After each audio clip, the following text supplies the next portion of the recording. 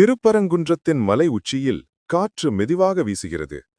போரின் தணிந்த நெருப்பு இன்னும் சில இடங்களில் புகைப்பிடித்தபடி இருந்தது. தேவர்கள் தங்கள் ஆசனங்களில் சாந்தமடைந்து ஒவ்வொருவரும் முருகனை நோக்கி நன்றி கூறினர். சூரபத்மன் அழிந்தான். அந்த அகந்தையின் உருவம், அந்த இருட்டின் வடிவம் இறுதியில் ஒளியால் விழுங்கப்பட்டது.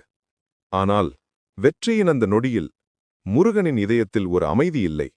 அவன் கண்களில் ஒரு மௌனம், அவன் முகத்தில் ஒரு கேள்வி. இது வெற்றியா அல்லது இன்னொரு தொடக்கமா? மலை உச்சியில் காற்று வீசும்போது அவன் வேல் மின்னியது. அந்த மின்னல் வானத்தை கிழித்தது போல இருந்தது. அந்த ஒளி எங்கும் பரவியது. ஆனால் முருகன் அதை நோக்கி பார்க்கவில்லை. அவன் மனதில் இன்னொரு காட்சி நடந்தது. சூரபத்மன் இறப்பதற்கு முன் அவன் தன் கரங்களை சேர்த்து கேட்டது, அருள் புரியும் வல்லபா, நான் உனக்கெதிராக இருந்தேன். ஆனால் என் அகந்தை, என் பயம், என் இருள்தான் என்னை உன்முன் நிறுத்தியது. அந்த வார்த்தைகள் இன்னும் முருகனின் உள்ளத்தில் ஒலித்தது.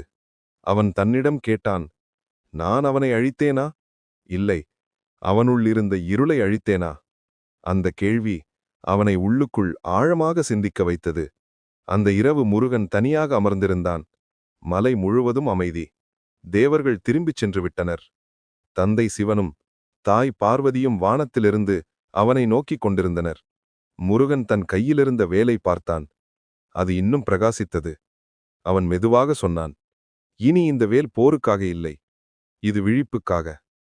மனிதனின் மனதை திறக்க வைக்கும் ஒளிக்குறியாக இருக்கட்டும். அந்த வார்த்தைகளுடன் வேல் ஒரு மின்னல் போல ஒளிர்ந்தது. அந்த ஒளியில் முருகனின் முகம் ஒரு தெய்வீக அமைதியை அடைந்தது. அவன் தன் இதயத்தில் ஒரு தீர்மானம் எடுத்தான். இனி நான் வாளால் போர் செய்ய மாட்டேன். நான் வார்த்தையால் போர் செய்வேன். நான் சிந்தனையால் மாற்றுவேன். முருகன் தனது பாதைகளை பூமியெங்கும் விரித்தான். அவன் சென்ற இடமெல்லாம் மக்கள் அவனை தெய்வமாக பார்த்தனர். ஆனால் முருகன் தன்னைத்தானே ஒரு ஆசிரியனாக பார்த்தான்.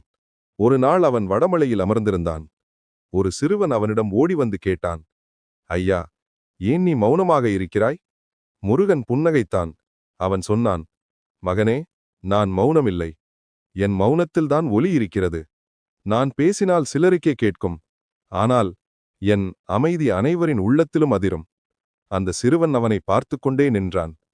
அவன் கண்களில் தெய்வீக ஒளி பிரவாகமாய் பரவியது. தத்துவத்தின் பிறப்பு. முருகன் அன்றிலிருந்து உலகத்துக்கு உபதேசம் சொல்லத் தொடங்கினான். அவன் கூறியது கோபத்தில் அல்ல, அவன் சொன்னது கருணையில். அகந்தைதான்